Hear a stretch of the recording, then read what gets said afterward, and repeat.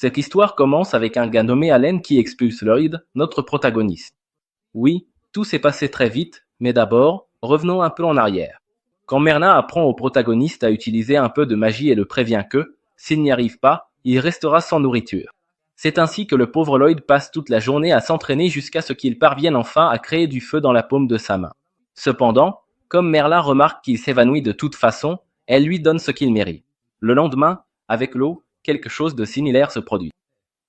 Il doit faire jaillir un petit jet d'eau de la terre, mais le protagoniste parvient seulement à humidifier légèrement le sol. La même chose arrive avec la magie du vent et de la neige, et le protagoniste finit toujours par être puni. Malgré cela, Merlin ne le fait pas par méchanceté. En réalité, on peut remarquer qu'elle a beaucoup d'affection pour lui, car elle sait que Lloyd fait des efforts, même s'il n'est pas très fort. Quelques jours plus tard, elle est affalée sur un canapé, complètement ivre, et Lloyd lui demande si elle va bien. Elle répond que ce n'est pas du tout le cas, alors il décide d'utiliser un sort appelé guérison, qui la fait effectivement se sentir mieux. Merlin n'hésite pas à le prendre dans ses bras, à le remercier et à le féliciter pour ses grands progrès. Mais bien sûr, maintenant qu'elle est en pleine forme, elle lui dit qu'il doit commencer à s'entraîner jusqu'à l'épuisement. Ainsi, les jours passent sans que Lloyd cesse de s'entraîner.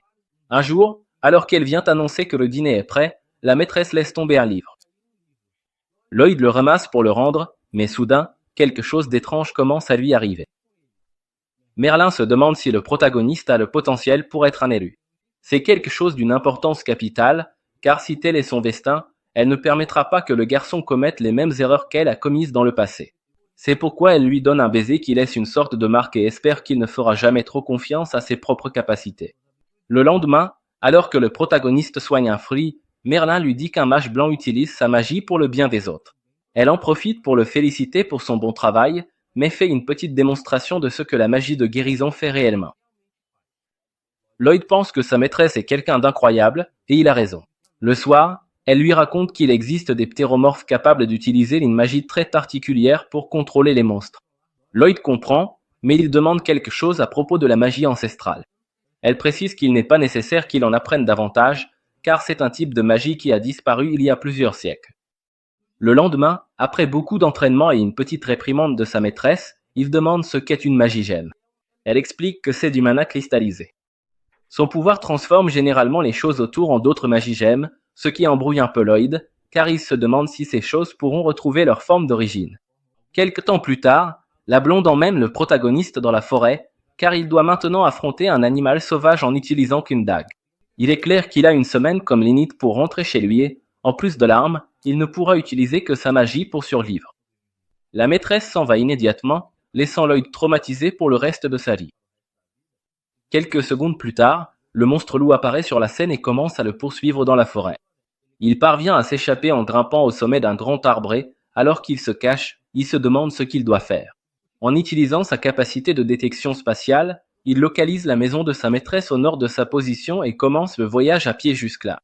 Pendant la nuit, il utilise la magie de guérison pour faire mûrir des baies sauvages et s'en nourrir.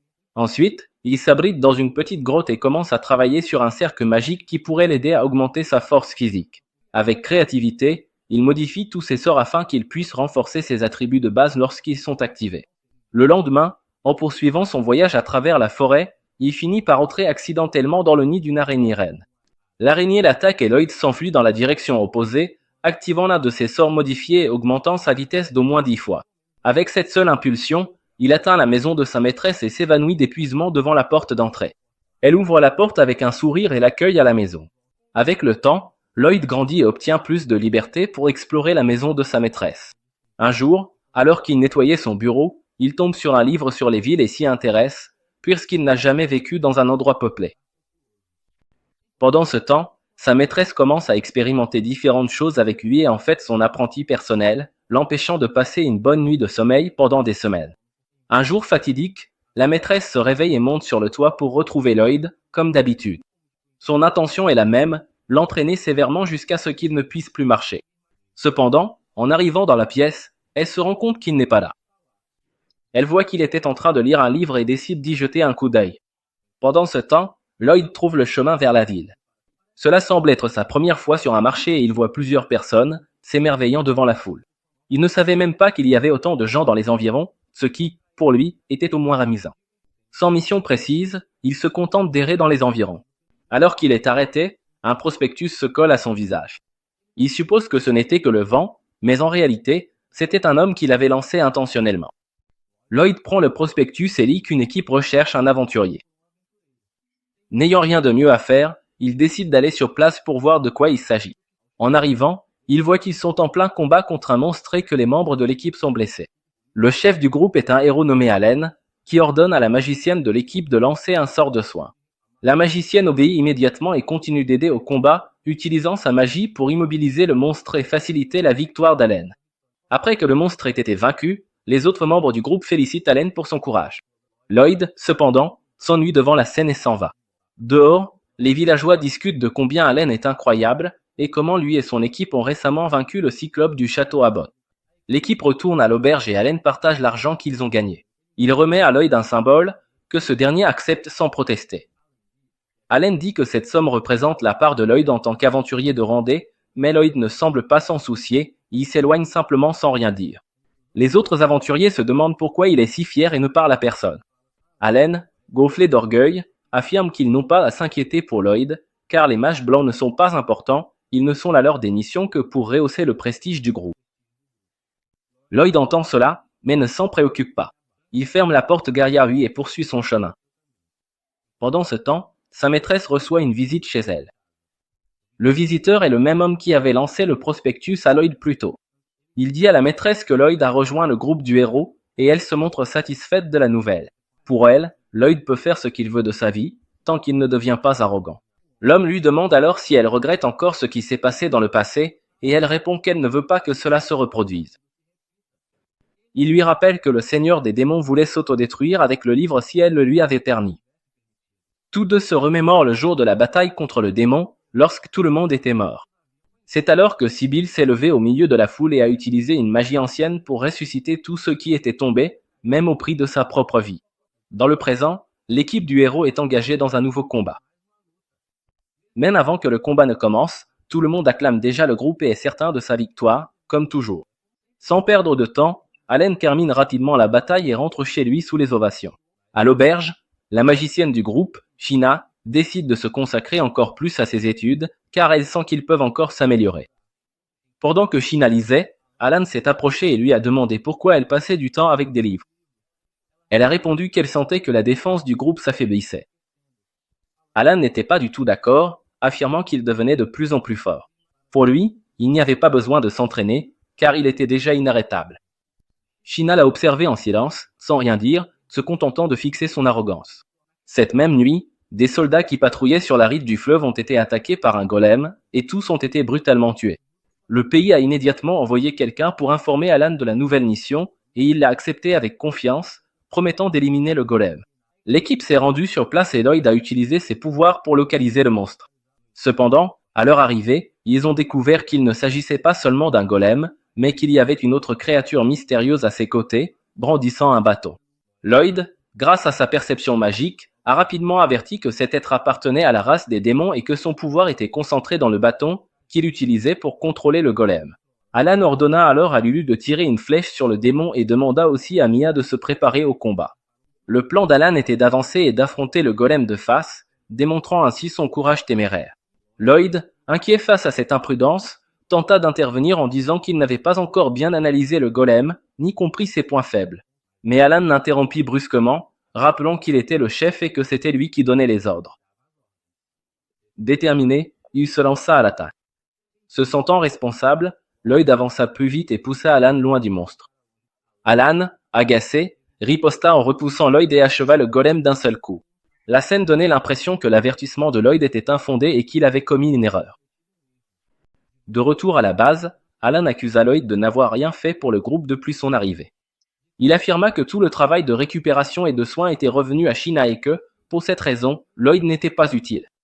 Alan exigea alors que Lloyd quitte l'équipe. Se sentant inutile et peut-être même d'accord avec les critiques, Lloyd accepta le verdict et partit, tandis que les autres membres célébraient son départ comme un soulagement. Au cours des 3 jours suivants, Lloyd tenta de rejoindre d'autres groupes d'aventuriers, mais il fut rejeté à chaque fois. Après un nouveau refus décourageant, il entendit une femme crier dans le hall de la guilde, disant qu'elle avait urgemment besoin d'un mage blanc non affilié. L'employé de la guilde lui suggéra d'appeler Lloyd. La femme le regarda, lui demanda s'il était sans équipe, et en entendant que oui, elle le saisit par le bras et partit en courant avec lui. Où le destin va-t-il mener Lloyd maintenant? Découvrira-t-il enfin le véritable pouvoir qu'il possède? Lloyd errait dans la ville, encore abattu par le fait d'avoir été expulsé de son équipe par Allen. Les paroles d'Allen résonnaient dans son esprit, l'accusant d'être un mage blanc inutile, qui ne faisait que se cacher derrière le groupe et ne servait à rien, sauf à soigner quelque chose que même Sheena faisait mieux.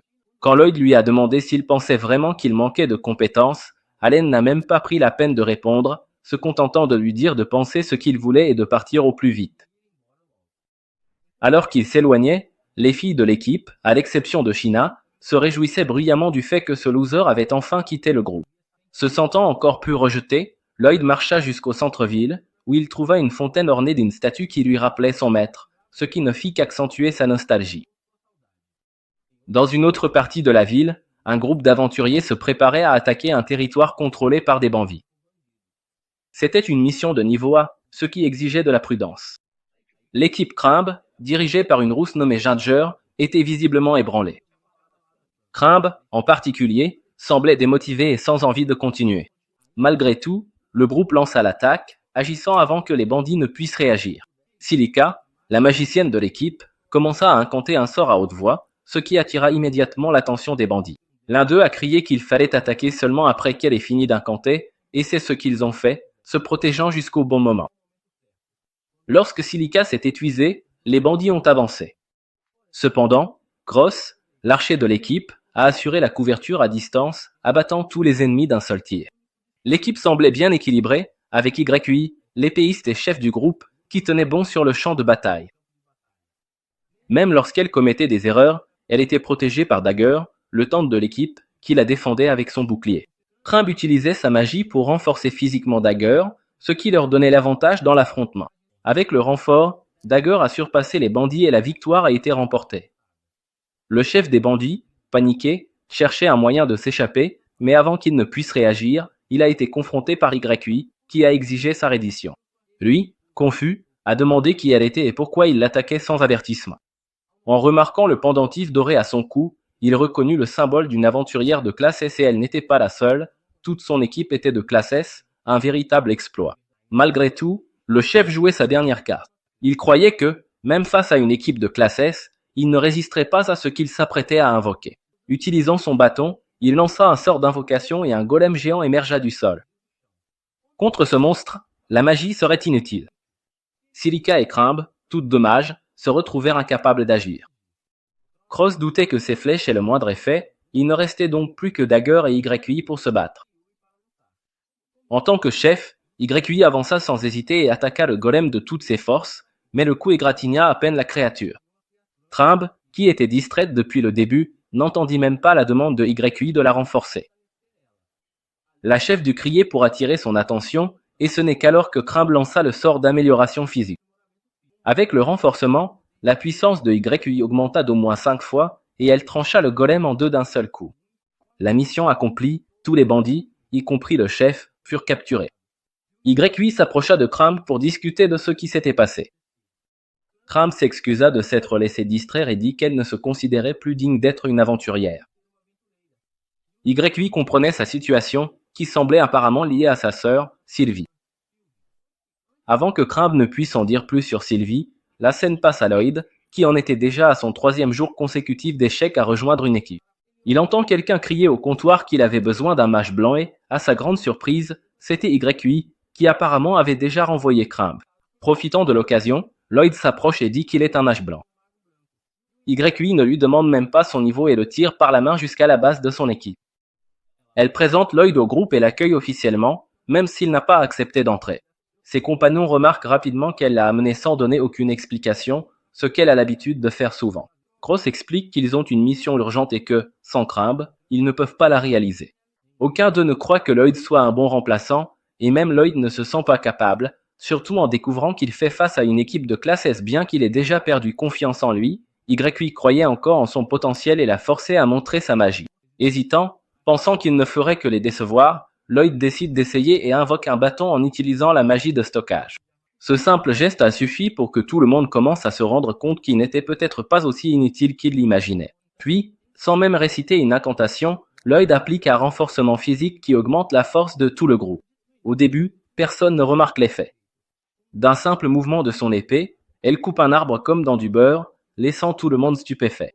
Lloyd explique alors qu'il n'a pas seulement utilisé un renforcement physique, mais qu'il a aussi superposé plusieurs autres enchantements qui ont amplifié énormément le pouvoir de Ylui. Cela a suffi pour sceller son entrée dans le groupe. Malgré tout, Lloyd reste inconscient de sa véritable force et de son pouvoir. Il pense que, comme il s'agit d'un groupe d'aventuriers de haut niveau, utiliser un seul sort ne serait pas suffisant, alors il a lancé 5 améliorations différentes en même temps pour les impressionner. Mais en voyant leurs expressions choquées, il interprète mal la situation, pensant que sa performance a été médiocre. Le problème, quand on vous répète sans cesse que vous êtes inutile, c'est que votre estime de soi s'épuise, et celle de Lloyd était déjà au plus bas. Convaincu de ne pas avoir fait bonne impression et ne voulant pas être un fardeau pour le groupe, il prend congé et commence à s'en aller.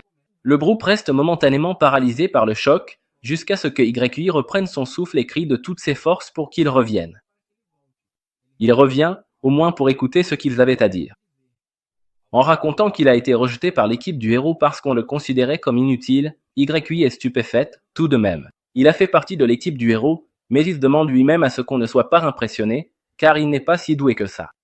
La faible estime de soi de Lloyd touchait le fond du gouffre. Il va même jusqu'à recommander de rappeler leur ancienne mage blanche, car elle est un meilleur choix. C'est alors que le groupe parle de Crumb.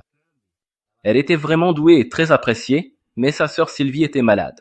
Crumb jonglait entre sa vie d'aventurière et les soins à sa sœur, mais dernièrement, sa fatigue physique et émotionnelle affectait ses performances lors des missions. Lors du dernier combat, elle a failli mettre tout le monde en danger à cause d'une distraction. Même si tout le monde voulait encore qu'elle reste, c'est Crumb elle-même qui a décidé de s'éloigner, inquiète pour la sécurité du groupe. Il pouvait se débrouiller sans une mage blanche lors de petites missions, mais pas dans les missions de rang 1, où un mage de soutien était indispensable. Plus qu'une simple coéquipière, Crabbe était l'ami de tous, et le groupe montrait une réelle inquiétude pour elle. Lloyd s'en rend compte et pense à la chance qu'a Crumb d'avoir des compagnons aussi loyaux, bien différents de ceux qu'il a eus. Curieux à propos de la maladie de Sylvie, il demande plus de détails et découvre qu'elle est en train de se transformer lentement en pierre magique. Lloyd se souvient d'avoir lu avec sa maîtresse à propos de ce type de malédiction et se rappelle qu'elle avait mentionné qu'elle était réversible. Sentant qu'il pourrait peut-être aider, il demande à aller chez Crumb. En arrivant, ils sont accueillis par elle et s'installent pour discuter. Crumb révèle qu'elles étaient toutes les deux aventurières, jusqu'au jour où Sylvie s'est blessée lors d'une mission. Crumb n'a pas assisté au moment exact, elle l'a simplement trouvée déjà blessée. Lorsque Lloyd demande où la blessure a eu lieu, elle répond que c'était dans une grotte, ce qui les surprend. Crabbe les conduit jusqu'à la chambre de Sylvie, et en ouvrant la porte, Lloyd ressent une puissante énergie magique émanant de l'endroit. En s'approchant, Crabbe retire la couverture du corps de sa sœur, révélant que ses bras et ses jambes étaient déjà pétrifiés. Lloyd affirme qu'il peut la guérir, mais Crabbe n'y croit pas. Plusieurs mages expérimentés avaient déjà essayé, sans succès, donc elle ne pense pas qu'un simple mage blanc pourra faire la différence. Cependant, Lloyd insiste et examine le point d'origine de la blessure, confirmant que la magie invasive était la cause de la pétrification. Même à contre-cœur, Crumb le laisse essayer, encouragé aussi par YI. Lloyd invoque alors son bâton et commence un puissant sortilège qui le laisse physiquement affaibli. Il explique qu'il lance une magie qui va diminuer le flux excessif d'énergie magique dans le corps de Sylvie et qu'ainsi il pourra la guérir. Ensuite, il lance le sort de guérison. Crumb observe, surprise, et se rend compte que ce n'était pas une guérison ordinaire. Lloyd admet que cela consomme beaucoup plus d'énergie, mais il insiste sur le fait qu'il s'agit d'un simple sort de guérison. YI demande à Crumb ce qu'elle en pense, et elle admet que ce n'était définitivement pas une magie ordinaire. C'était impressionnant de voir comment Lloyd arrivait à lancer 2 sorts complexes en même temps tout en gardant le contrôle. Puis, YI attire l'attention de Crumb. Le corps de Sylvie est en train de redevenir normal. Ému, Crumb serre la main de sa sœur pendant qu'elle se remet complètement. Tout le monde est surpris et soulagé. Crumb, ému, remercie profondément, mais révèle qu'elle ne pourra pas revenir dans le groupe, car maintenant que Sylvie est guérie, elles vont reprendre leurs aventures ensemble. En guise de remerciement, elle promet de les inviter à dîner plus tard. Elle dit à Lloyd qu'elle sent maintenant que le groupe est en sécurité avec lui, mais elle est surprise d'entendre qu'il ne se considère toujours pas comme faisant partie du groupe.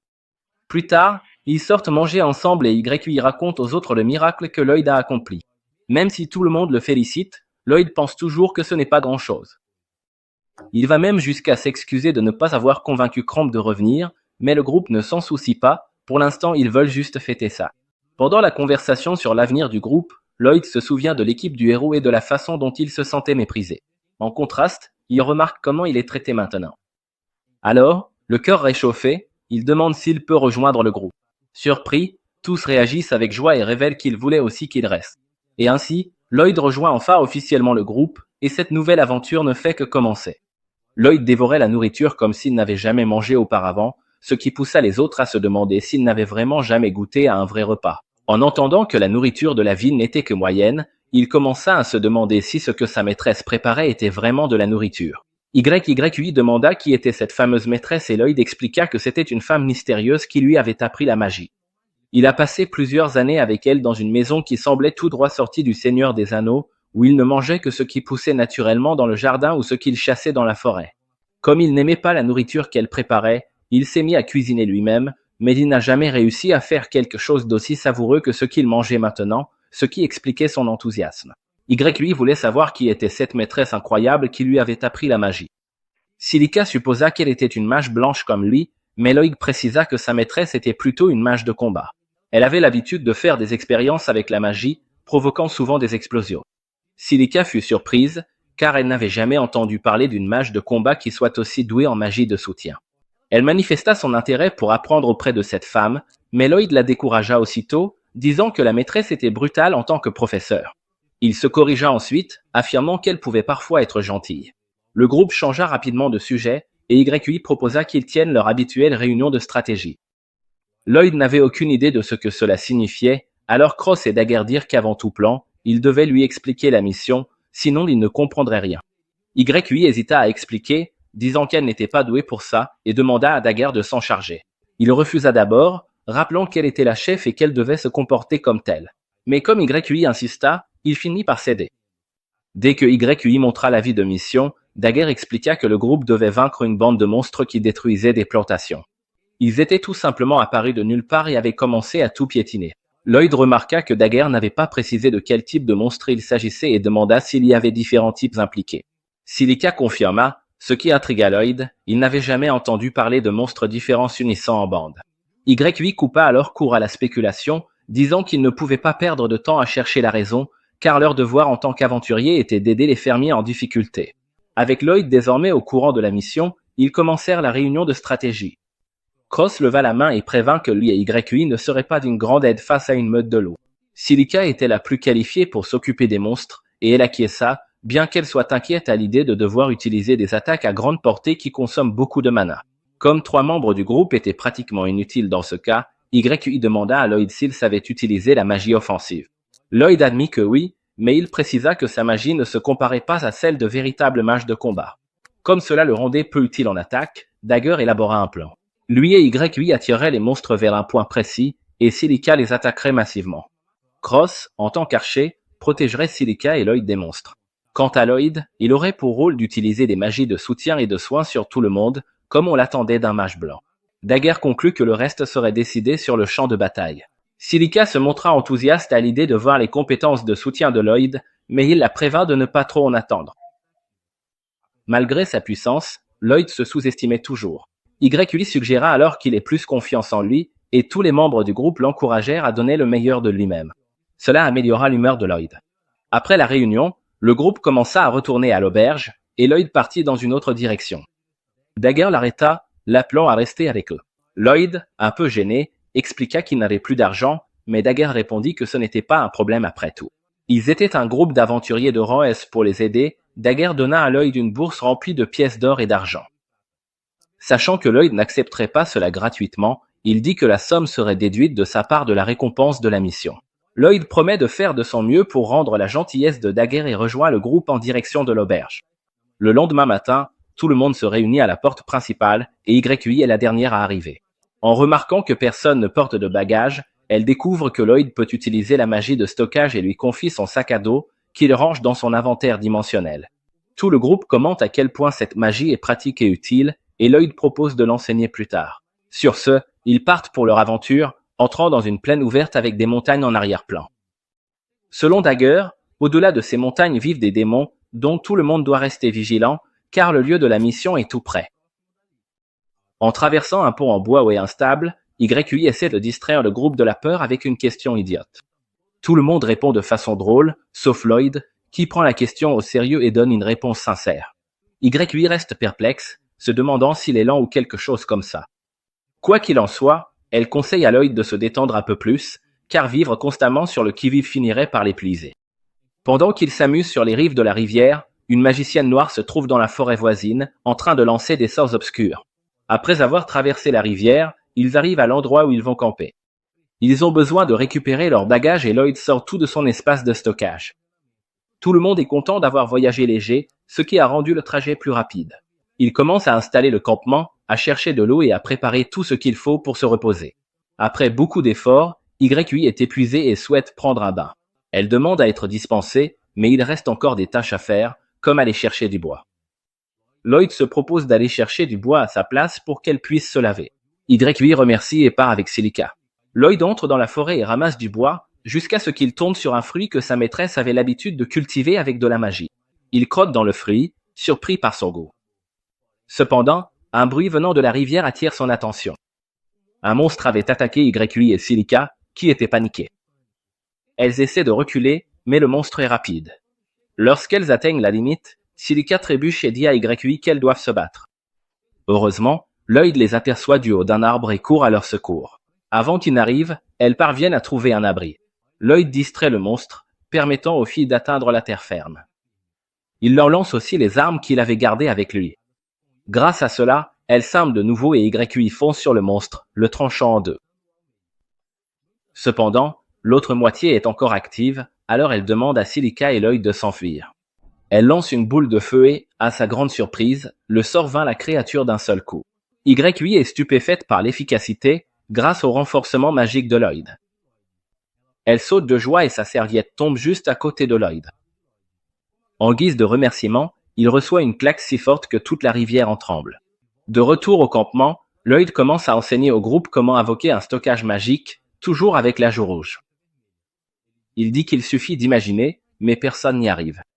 Après plusieurs tentatives infructueuses, il pense qu'ils ne sont pas faits pour ça. Lloyd suppose que le problème vient peut-être de lui en tant que professeur. Silica essaie encore une fois et parvient à activer la magie. Ils se rendent compte qu'ils ne sont pas comme Lloyd, qui lance des sorts sans incantation, alors ils décident d'utiliser des mots magiques. Grâce à cela, ils réussissent. Ils s'entraînent jusqu'à la tombée de la nuit et sentent que la journée a été productive. Le soir, YUI observe les environs et Lloyd la rassure en disant qu'il n'y a pas de monstre dans les parages. Elle s'assoit en face de lui et le remercie d'avoir rejoint le groupe. Lloyd commente qu'il n'avait pas non plus de groupe, donc il avait aussi besoin d'eux pour cette raison. Il ne pense pas qu'il ait besoin d'être remercié. Malgré tout, YUI dit qu'elle comprend qu'elle l'a forcé à se joindre à eux. Il lui demande pourquoi elle s'intéresse autant à la mission et YUI répond calmement que cela lui rappelle sa ville natale, qui a été détruite par des monstres quand elle était petite. Elle a été la seule survivante, a vu des corps partout et craint maintenant que la même chose n'arrive à d'autres villages. C'est pourquoi elle veut aider et s'inquiète aussi du fait que les habitants sont probablement mal nourris. Soudain, Lloyd sent la présence de monstres et ordonne à YUI de se taire et de réveiller les autres.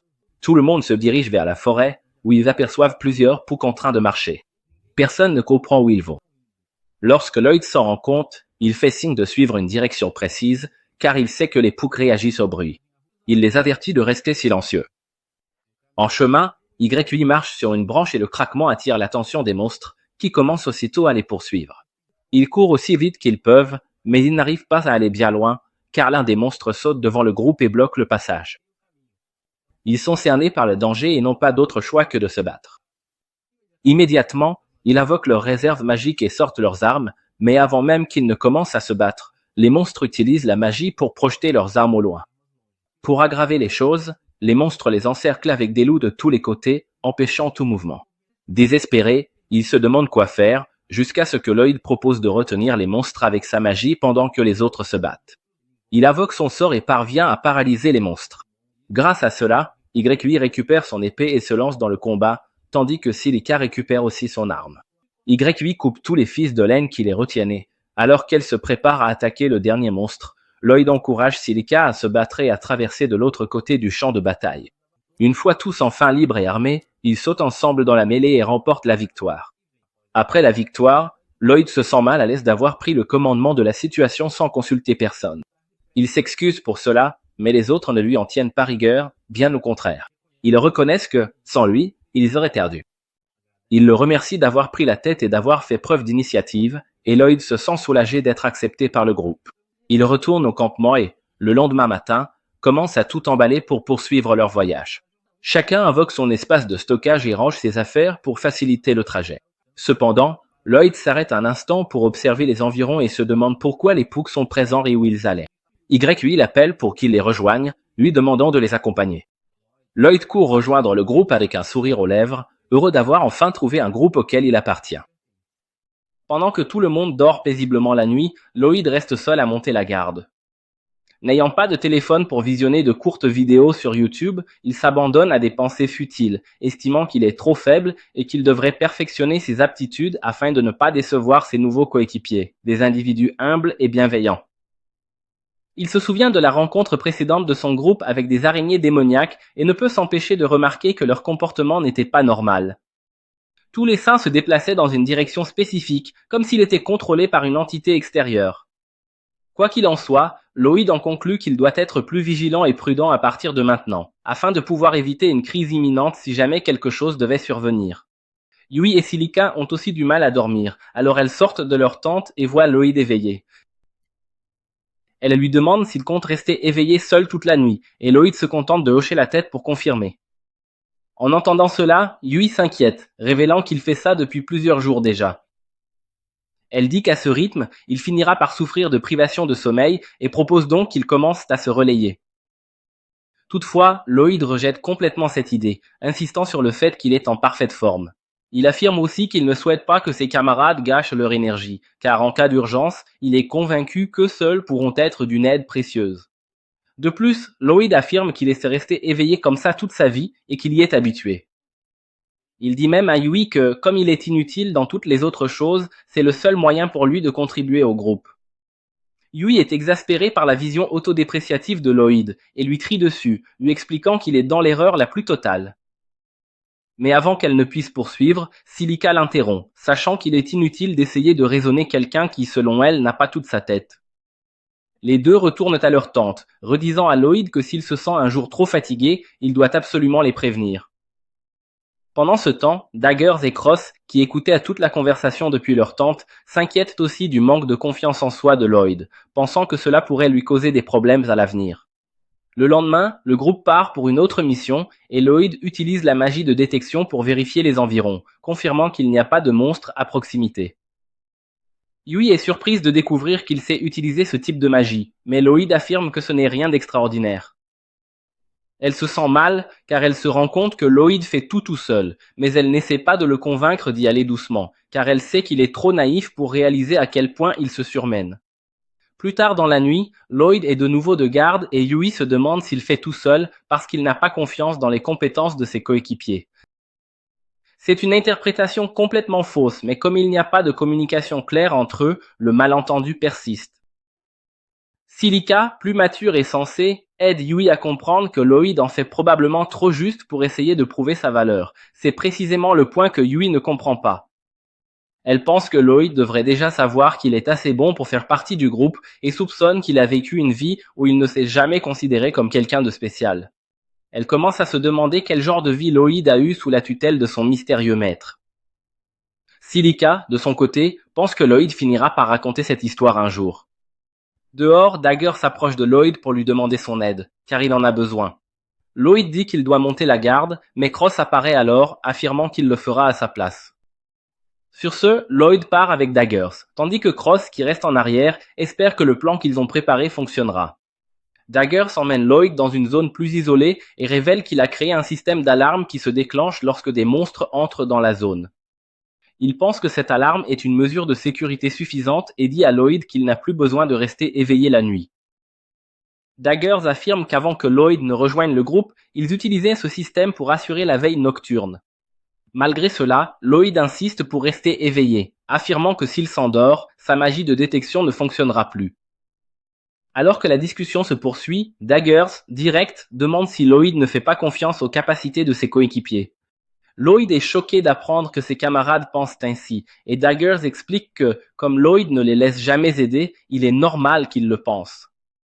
Lloyd évite alors de raconter ses expériences passées avec ceux qui l'ont fait se sentir inutile, et dit simplement à Daggers qu'il fait tout son possible pour ne pas être un poids pour qui que ce soit au sein du groupe.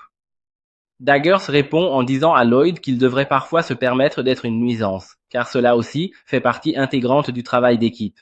Dans un groupe, chaque membre a naturellement ses faiblesses, et c'est précisément pour ça qu'il faut faire confiance à ses coéquipiers pour les combler. Lloyd n'avait jamais envisagé la possibilité de faire confiance à quelqu'un auparavant. Maintenant qu'il a enfin compris, il retourne au campement avec Daggers et va se coucher avec un léger sourire aux lèvres.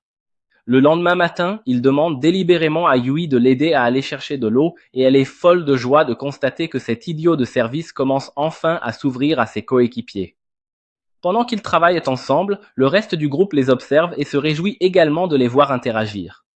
Ailleurs, un mystérieux homme encapuchonné fait son rapport à son chef, Maître Michel, qui vit dans un château entouré d'un marécage. Il l'informe avoir placé toutes les pierres magiques à l'endroit convenu. Michel confirme qu'il n'y a pas d'aventuriers de haut niveau dans les environs, car tous sont occupés par d'autres missions. Sa seule préoccupation est maintenant le groupe du héros, qui se trouve toujours dans la région. Espérant que ce groupe n'interférera pas avec ses plans, il ordonne à son subordonné d'aller informer le client que le moment est venu d'atteindre leurs objectifs. Pendant ce temps, le groupe de Lloyd explore à nouveau la forêt, quand Yui remarque quelque chose d'étrange. Les autres notent aussi le silence inhabituel des lieux. Lloyd utilise immédiatement sa magie de détection et découvre une horde de monstres à quelques kilomètres au nord, exactement là où se trouve la ferme qu'ils sont censés protéger. Yui est toujours abasourdi par le fait que Lloyd ait réussi à détecter des monstres à des kilomètres de distance, choqué par sa puissance. Comme à son habitude, Lloyd dit que ce n'est rien d'extraordinaire. Cependant, cette fois, Silica ne peut plus se contenir et révèle que la portée de sa magie de détection est 10 fois supérieure à la normale pour quiconque, ce qui choque Lloyd. Malgré cela, il insiste pour se dire faible et les autres renoncent simplement à essayer de raisonner avec quelqu'un d'aussi têtu. Le groupe se dirige alors vers l'endroit où Lloyd a détecté les monstres.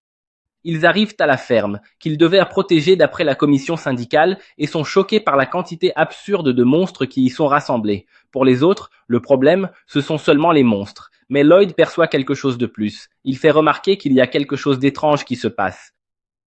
Yui, croyant qu'il fait référence aux monstres, dit qu'elle sent aussi que quelque chose ne va pas, mais Lloyd parle en fait d'autre chose. Sa magie de détection n'a capté des monstres que dans cette zone, comme si les autres qu'il avait détectés auparavant étaient proches, mais n'étaient plus là maintenant. Les membres du groupe réfléchissent à ce qu'il a dit. En effet, ils n'avaient jamais vu un si grand rassemblement de loups démoniaques de haut niveau, et cela les rend encore plus inquiets face à la situation. Lloyd demande où est le propriétaire de la ferme. Et Yui l'informe qu'il a été blessé par les loups et qu'il est en ville en convalescence chez son fils. Cela inquiète Lloyd, car si quelque chose d'étrange se passe vraiment ici, la seule personne qui pourrait savoir comment tout a commencé serait justement le fermier. Pendant que tous observent la ferme, Cross voit quelque chose briller au loin. Peut-être parce qu'il est archer et qu'il a une meilleure vue, il arrive à détecter quelque chose que les autres ne voient pas. Il le montre du doigt, mais personne n'arrive à le voir. Lloyd lance alors une magie d'amélioration visuelle et parvient enfin à voir ce que Cross indique. Il demande s'il peut lancer cette magie sur les autres aussi, et quand ils acceptent, il les enchante un par un. Maintenant, tout le monde peut voir le cristal noir qui brille au centre de la ferme. Les monstres semblent encercler ce cristal magique, mais ils ne peuvent pas encore discerner précisément de quoi il s'agit. Yui dit ressentir un immense malaise à cause de la brume noire qui émane du cristal et de ce que cela pourrait signifier. Lloyd suspecte que ce pourrait être de la magie des orques. Il explique que cette magie rassemble et contrôle les monstres en un seul point. La question maintenant est, qui a lancé un tel sort sur cette ferme et pourquoi? Quelqu'un essaierait-il de les tuer? Mais ils ne sont même pas d'une importance suffisante pour que quelqu'un se donne autant de mal. Pour découvrir l'étendue de la présence des monstres, Lloyd lance à nouveau sa magie de détection et voit que plusieurs autres créatures se dirigent vers l'endroit. Ce ne sont pas seulement des loups démoniaques, mais une multitude d'autres monstres. C'est comme une véritable assemblée de monstres. Ils n'ont aucune chance de les vaincre tout seuls. Cross suggère de battre en retraite, mais Yui refuse. Elle ne veut pas risquer la destruction complète de la ferme en s'enfuyant. En même temps, elle sait qu'elle n'arrivera pas à tous les vaincre toute seule. Dagger les avertit que les monstres sont presque là et que s'ils essaient de fuir maintenant, ils ne feront qu'attirer l'attaque. De plus, pendant la bataille, le village voisin pourrait être impliqué dans le chaos. La seule option est de se battre et ce n'est même plus une décision. Lloyd annonce alors qu'il a un plan et qu'ils peuvent l'emporter. Il demande à Cross s'il peut briser le cristal avec sa flèche, mais Cross répond que l'orque est beaucoup trop éloigné. Il peut le cibler, mais il doute de pouvoir le détruire. Malgré cela, ils décident tout de même de tenter leur chance. Il demande à Cross de préparer son arc, puis il lance une magie d'amélioration sur Cross pour garantir qu'il puisse briser le cristal de l'orque. Quand Cross décoche sa flèche, quelque chose d'étrange se produit. Elle vole directement sur sa cible et la détruit. Même Cross en est surpris. Il sait que sa flèche ne devrait pas être capable de faire cela. Il demande à Lloyd ce qu'il a fait. Lloyd révèle qu'il a utilisé la magie d'amélioration sur Cross, sur son arc et sur sa flèche. Cross est stupéfait que Lloyd puisse réaliser cela. Mais comme toujours, Lloyd minimise et insiste que ce n'était pas grand-chose.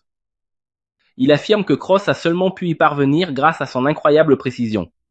Quand il se retourne vers les loups démoniaques, ces derniers s'attaquent déjà entre eux. Les autres membres de l'équipe sont sous le choc, mais Lloyd ne l'est pas.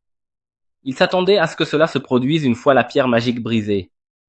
Cependant, il espérait aussi que la destruction de la pierre magique suffirait à éloigner les monstres qui approchaient. Mais non, ce n'est pas le cas. Les autres monstres sont déjà presque arrivés. Quand ils sont là, le groupe réalise à quel point la situation est grave. Il y a une multitude de monstres. Le plan est maintenant que Silica les attaque. Silica reste en première ligne pendant que les monstres se précipitent dans sa direction. Yui demande si c'est le moment de se battre, mais Lloyd dit que non. Ils lui font suffisamment confiance pour que, même quand les monstres se rapprochent assez pour attaquer Silica, il n'aille pas à l'encontre de ses instructions. Au bon moment, il lance une magie d'amélioration sur Silica et elle lance sa boule de feu. La boule de feu est énorme. Elle anéantit les monstres. Silica se retourne pour demander ce que Lloyd a fait. Eh bien, il a lancé 3 sorts en même temps. Il lui demande si elle peut lancer 4 autres boules de feu avant de passer à la magie du vent. Elle répond que oui. Il se dirige ensuite vers Cross qui attend également son amélioration. Lloyd attrape Cross et connecte leurs esprits mentalement. Il parle à Cross par la pensée et Cross l'entend. Il dirige l'esprit de Cross vers les monstres volant au-dessus des flammes pour que Cross puisse atteindre ceux qui tentent d'échapper au feu. Quand Lloyd a fini avec Cross, il retourne vers Silica. Il lui demande si elle a encore la force de lancer la magie du vent, mais elle admet qu'elle commence à manquer d'énergie. Lloyd la touche et lui transfère son mana, à tel point qu'elle se sent plus forte tandis qu'il est épuisé. Elle s'excuse d'avoir trop forcé, mais il l'ignore, l'attribuant à sa faiblesse et son manque d'habileté habituelle. Silica utilise sa force retrouvée pour lancer la magie du vent. Elle éteint les flammes, mais cette fois, elle est vraiment à court d'énergie et complètement épuisée. Avant qu'elle ne s'évanouisse, ses coéquipiers la rassurent en lui disant qu'ils s'occuperont de la suite des opérations. Dagger et Yui prennent le relais pour achever la bataille. Quelques minutes plus tard, la bataille se termine et Yui et Dagger rejoignent les autres. Yui remercie Lloyd pour tout ce qu'il a fait, mais bien sûr, Lloyd insiste sur le fait que ce n'était rien d'exceptionnel. Yui, habitué à sa faible estime de soi, ne prend plus la peine de discuter avec lui. Alors qu'elle tente de se reposer un peu, Lloyd déclare qu'ils doivent absolument regagner la ville. Elle se plaint qu'ils sont épuisés, mais il explique qu'il croit que tout cela a été orchestré par Estac et qu'ils sont tombés directement dans leur piège. Soudain, nous voyons une femme bête être enlevée. Un homme poursuit le ravisseur, mais malheureusement sans succès dans sa tentative. Il tombe au sol et se met à crier, jurant qu'il se vengera. Après ça, nous voyons Lloyd sortir de nombreuses potions de son stockage et expliquer que cette mission était vraisemblablement un piège. Yui lui demande ce qu'il veut dire par là. Lloyd boit une potion et explique qu'envoyer des aventuriers de haut rang en mission loin de la ville retarderait leur retour. Yui comprend à ce moment-là qu'ils cherchent à affaiblir la ville. Cross leur rappelle que le héros et les chevaliers sont là et dit que la ville ne tombera pas si facilement. Dagger est d'accord avec Lloyd, affirmant qu'il a raison et qu'il devrait rentrer au plus vite. Se souvenant de la pierre magique, Silica craint que la ville ne soit déjà détruite. Yui ordonne alors à tout le monde de retourner à la ville, sans tarder. Lloyd boit sa potion, jette un sortilège d'amélioration sur tout le monde et se met à courir comme Flash. Quand le reste du groupe se met à courir, ils réalisent qu'ils sont très rapides et demandent ce qui s'est passé. Lloyd explique qu'il a jeté un sortilège d'amélioration physique sur eux tous et ils se précipitent envers la ville. Pendant ce temps, ailleurs, on voit quelqu'un siroter du vin. Le ravisseur apparaît et un homme aux cheveux violets l'appelle client. On découvre que le ravisseur est un général nommé Grist. Il demande si le plan a déjà été mis en œuvre et le général confirme que les forces convergent vers Ishtar, ajoutant que tout se passe comme anticipé et que la probabilité d'une réussite totale est extrêmement forte, grâce à cette fille demi-humaine. On découvre alors que l'homme aux cheveux violets est le bras droit du seigneur démon. Il affirme qu'il va faire confiance au talent de Grist et prend congé. Par la suite, nous voyons la femme louve emprisonnée dans une cellule, contrainte d'ingérer des potions de mana. On retourne à l'équipe de Lloyd, qui court de toutes ses forces en direction d'Ishtar. Cross dit qu'ils ont fait du chemin et qu'à ce rythme, ils arriveront vite. Tous boivent des potions de guérison. Silica demande à Lloyd s'il va bien, car maintenir le sortilège d'amélioration doit être un lourd fardeau. Il répond que c'est facile une fois habitué. Silica est choqué et lui demande s'il a souvent utilisé cette magie. Lloyd se souvient que sa maîtresse le jetait en forêt, lui ordonnant de retrouver seul son chemin. Comme il est difficile pour un mage blanc de vaincre des monstres seul, tout ce qu'il pouvait faire, c'était fuir. Il a dû améliorer ses sortilèges pour survivre, ajoutant que c'était un véritable enfer. Yui commente qu'il a traversé des épreuves difficiles, mais Lloyd répond que c'était un entraînement normal, car sa maîtresse le grondait constamment. Yui rétorque que ce n'était pas un entraînement normal et Silica est d'accord. Cependant, Lloyd interprète mal leurs propos, pensant que son entraînement était insuffisant. Les filles réalisent qu'il a tout mal compris. Daggurs leur dit de continuer. Lloyd lance à nouveau le sortilège d'amélioration sur tout le monde et utilise aussitôt la magie de recherche pour vérifier s'il y a quelque chose à proximité. Après avoir confirmé qu'il n'y a rien, ils reprennent à leur course vers la ville. Après avoir couru longtemps, Silica commente que la magie d'augmentation de vitesse est vraiment incroyable. Yui remarque qu'ils courent plus que la normale et ne sont pas fatigués. Soudain, Lloyd s'arrête et tout le monde lui rentre dedans. Il dit qu'il sent quelque chose avec sa magie de recherche. Daggers demande si ce sont des monstres, mais Lloyd répond que non, sans pouvoir identifier ce que c'est exactement. Il dit avoir un mauvais pressentiment et demande à tout le monde de continuer vers Ishtar pendant qu'il va enquêter. Yui insiste qu'il n'y aille pas seul, ayant un mauvais pressentiment. Lloyd affirme qu'il va simplement jeter un œil, mais Yui lui rappelle avec force qu'il ne doit pas combattre seul. Silica suggère qu'ils restent ensemble en tant que groupe, et Cross et Daggers sont d'accord. Ailleurs, des hommes suspects se tiennent autour d'un cristal, disant qu'ils ne peuvent pas faire échouer le plan. Le groupe de Lloyd arrive à une maison et il sent la présence de membres de la race des démons, ainsi que d'une autre personne. Yui demande s'il est sûr de cela, car les démons résident dans les montagnes de Magocratie et ont interdiction de pénétrer d'autres cités ayant jadis tenté de conquérir le continent. Lloyd l'ignorait. Cross explique qu'ils ont mené des invasions il y a très longtemps. Lloyd affirme n'avoir aucun souvenir de son enfance et que c'est sa maîtresse qui l'a recueilli une fois la guerre achevée. Silica lui demande s'il est un orphelin de guerre et Yui s'excuse d'aborder un sujet délicat. Lloyd dit que tout va bien et suggère d'infiltrer la maison pour obtenir plus d'informations sur les démons. Cross trouve ça dangereux, mais Lloyd ressent la même énergie que celle trouvée à la ferme. Daggurs suggère qu'il pourrait être lié aux monstres qui ont attaqué la ferme. Yui décide alors qu'ils doivent continuer car Ishtar pourrait être en danger. Ils approchent la maison, regardant par le miroir, ne voient personne. Lloyd utilise à nouveau sa magie de recherche et se rend compte qu'ils sont dans un lieu souterrain. Daggurs suggère de chercher l'entrée, mais Lloyd pense que cela prendra trop de temps. Il jette un sort sur Silica, lui demandant d'utiliser la magie de la terre. Elle fait s'écrouler le sol sur les hommes suspects et le groupe fait irruption. Yui se précipite sur eux, exigeant de savoir pourquoi ils sont dans son pays. L'un des hommes utilise la magie pour faire s'enfuir son partenaire. Cross, quant à lui, atteint l'un d'eux avec une flèche. Lloyd lance un sortilège d'amélioration sur Silica, qui utilise à nouveau la magie de la terre, brisant la barrière des bandits. L'un d'eux tente de riposter, mais Daggurs se met devant. Les bandits fuient, Yui tente d'en suivre un, mais la porte est fermée. Deux autres tentent de l'attaquer, mais Cross les atteint avec des flèches et Yui les achève. Cross dit qu'ils ont fait du bon travail. L'homme qui s'est enfui équipe un appareil à sa main et utilise une magie de cocon pour emporter le corps de la demi-humaine. Avant qu'il ne puisse s'échapper, le groupe de rang S arrive sur les lieux. L'homme s'enfuit en courant, mais Yui le suit de près et dit à Cross de prendre la droite. Lloyd ressent une magie puissante provenant de l'intérieur du cocon. Tous s'empressent d'encercler l'homme. Yui est la première à arriver et lui dit qu'elle ne le laissera pas s'enfuir. Ils parviennent à l'encercler et ils tentent de lancer un sort pour les repousser, mais Lloyd lance un bouclier sur tout le monde et utilise la propre magie de l'homme contre lui. Il se précipite pour ouvrir le cocon et découvre que c'est une femme bête.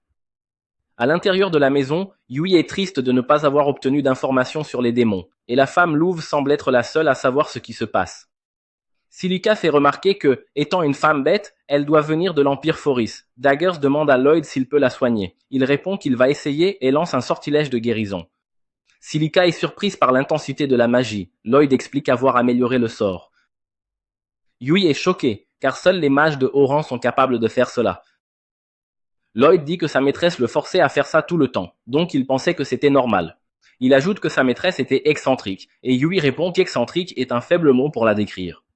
La femme bête se réveille et Yui lui demande si elle va bien, ce qu'elle faisait là et comment elle s'appelle. Elle répond que son nom est Kureha. Yui lui demande pourquoi elle était captive des démons.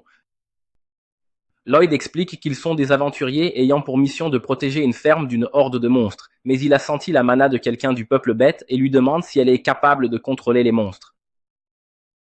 Kureha confirme que oui, et que c'est son sortilège qui a provoqué cela. Dans un autre endroit, 2 soldats en patrouille découvrent un étrange cristal. L'un d'eux touche le cristal et soudain, plusieurs regards de monstres se tournent vers eux. Un soldat s'enfuit tandis que l'autre est attaqué par les monstres. Lloyd demande à Kureha si son sortilège lui permet de contrôler les monstres et elle confirme à nouveau. Il remarque que cette magie peut être très dangereuse selon son utilisation et lui demande si elle a été forcée de l'utiliser. Kureha confirme. Dagger en déduit que les démons l'ont capturé afin de pouvoir utiliser les monstres dans des combats. Lloyd dit qu'Ishtar est attaquée par la magocratie et il décide de retourner en ville le plus rapidement possible, car elle pourrait bien être sous le feu de l'ennemi. Ils retournent en courant et Lloyd s'excuse de faire courir Kureha. Elle répond que ce n'est pas grave, car être seul serait pire. Peu après, ils s'arrêtent un instant et réalisent qu'ils sont proches. Lloyd lui donne une potion et utilise la magie de recherche, sentant de nombreux monstres approcher. Il les prévient que, juste derrière eux, se trouve une armée de monstres. Yui demande ce qu'ils doivent faire. Lloyd explique qu'il a besoin du pouvoir de Kureha et enjoint les autres à regagner la ville afin d'alerter du danger imminent et de se préparer à la bataille. Il lance un sortilège d'amélioration sur chacun d'eux. Le groupe retourne en ville tandis que Lloyd et Kureha vont affronter les monstres. Pendant ce temps, en ville, l'ancien chef du groupe de Lloyd, le héros Allen, fait face à un autre problème. Il n'a pas réussi à trouver de mage blanc pour remplacer Lloyd, car il rejette tous les candidats sur simple lecture de leur CV. Les jeunes femmes de son groupe, visiblement nerveuses, lui expliquent que même les plus grands sorciers ne parviennent à lancer que 2 sorts d'enchantement simultanément, et Allen les qualifie de bande de nullité. Arena, qui est une porteur de bouclier, suggère que Lloyd était peut-être spécial, mais Allen se moque d'elle pour avoir une pensée aussi absurde. À ce moment, un chevalier entre dans la pièce, informant Allen qu'il a un message urgent. Il rapporte que l'unité de patrouille de la forêt a repéré une immense armée de monstres approchant et qu'ils ont besoin de l'aide du héros immédiatement. Allen et son groupe sont choqués par la nouvelle, mais ils décident d'accepter la requête. Le chevalier, soulagé, s'éloigne alors pour partager la bonne nouvelle avec les autres chevaliers. Cependant, tandis qu'il s'en va, les filles interrogent Allen, se demandant s'ils peuvent réellement faire face à une si grande armée de monstres sans l'aide d'un mage blanc. Il dit que c'est une demande directe du royaume, et l'accepter pourrait lui rapporter des points avec la couronne. Plus encore, il veut prouver au monde qu'il est toujours le plus fort, même sans un mage de soutien inutile dans son équipe. Pendant ce temps, Lloyd et Claire atteignent une falaise d'où ils voient une autre horde, encore plus grande que celle se dirigeant vers Istar. Lloyd panique, se rendant compte que si cette horde se joignait aux assaillants, la ville serait irrémédiablement perdue. Il affirme qu'ils doivent les vaincre ici d'une manière ou d'une autre, et Claire demande s'il y a un moyen de les arrêter sans les tuer. Lloyd est surpris par la requête, mais Claire lui explique que ces monstres ne sont que de simples créatures innocentes, manipulées par des démons qui ont usurpé leur pouvoir pour les contrôler. Elle se sent partiellement responsable de cela et, par conséquent, elle ne souhaite pas que les monstres soient blessés. Lloyd réalise que Claire est une véritable amie des animaux, qui se soucie même des monstres, et promet de trouver un moyen de les arrêter en causant le moins de dégâts possible. Claire en est extrêmement heureuse, puis Lloyd observe la horde de monstres avant de lui demander si elle peut utiliser son pouvoir pour les renvoyer chez eux. Claire n'est pas certaine de pouvoir contrôler tous les monstres, et Lloyd lui assure qu'il va augmenter sa capacité de mana et l'efficacité de ses sorts. Claire décide d'essayer et s'avance d'un pas. Lloyd se prépare à la renforcer avec ses améliorations magiques, mais elle ne peut pas lancer le sort à cause de l'interférence d'un appareil sombre dans la forêt. De retour en ville, l'héros Salen arrive à la guilde des aventuriers et se moque des aventuriers, les jugeant trop faibles pour la tâche.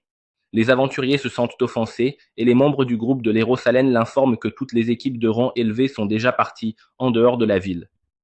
Il les tourne encore plus en dérision, et un aventurier s'apprête à se lancer dans la bagarre, mais est retenu par un ami qui lui rappelle qu'il ne doit pas combattre le héros. Heureusement, le maître de guilde arrive avant que la situation ne dégénère et déclare qu'ils sont là pour combattre des monstres, pas pour se battre entre eux.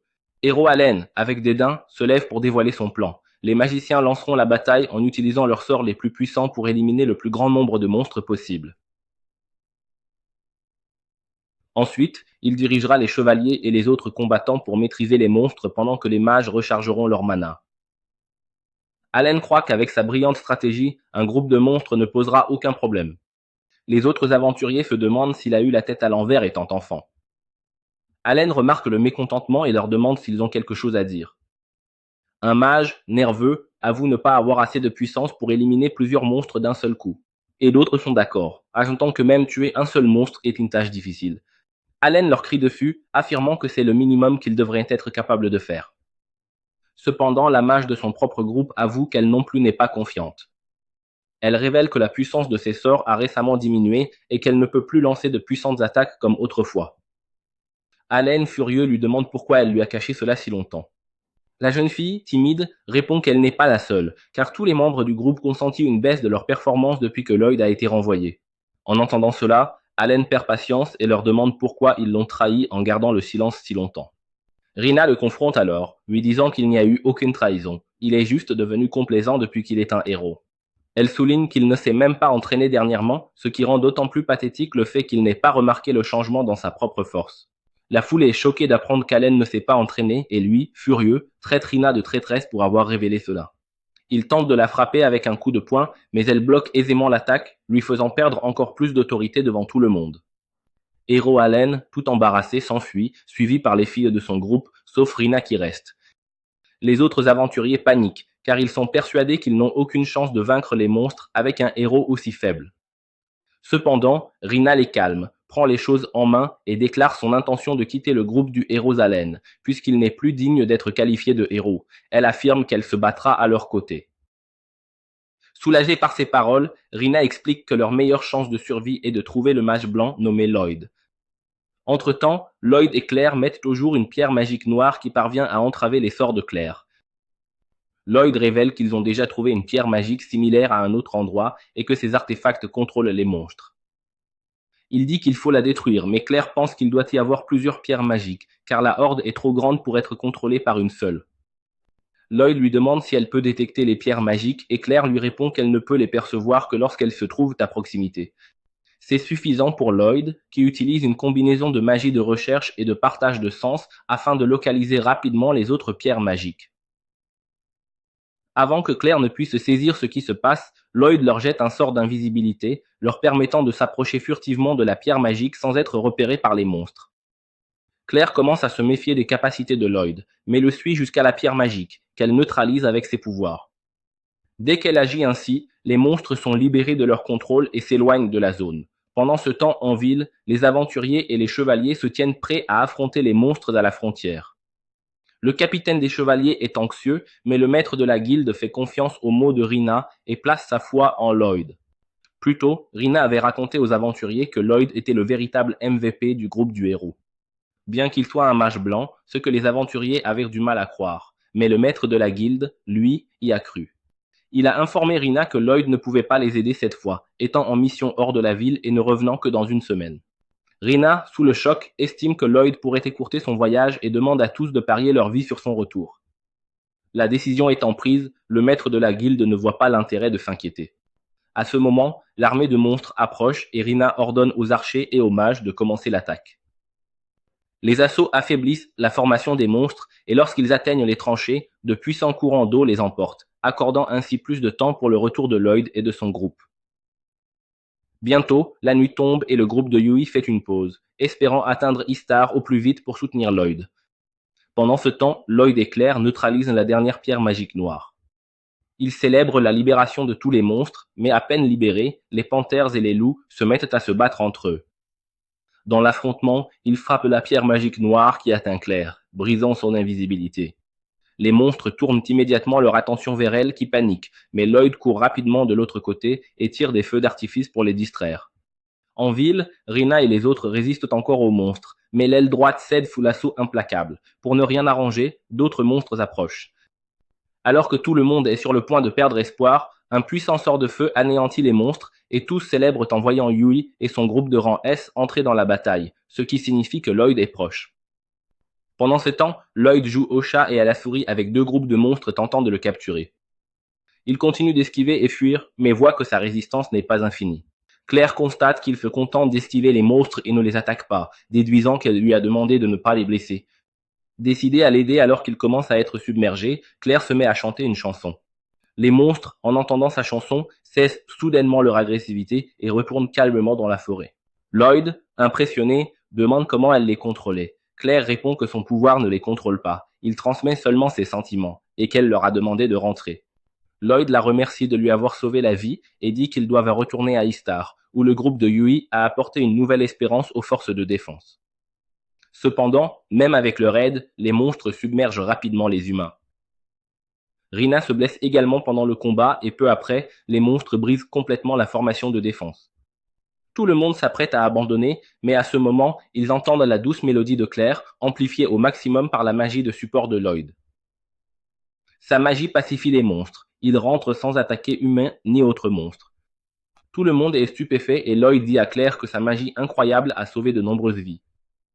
Cependant, la bataille n'est pas encore terminée, car un groupe de golems de pierre géants s'avance vers la ville et Lloyd est bien décidé à les arrêter à tout prix. Mais c'est sur ces images que la vidéo se termine. N'oubliez pas de liker et de vous abonner à la chaîne. Merci d'avoir regardé et à la prochaine.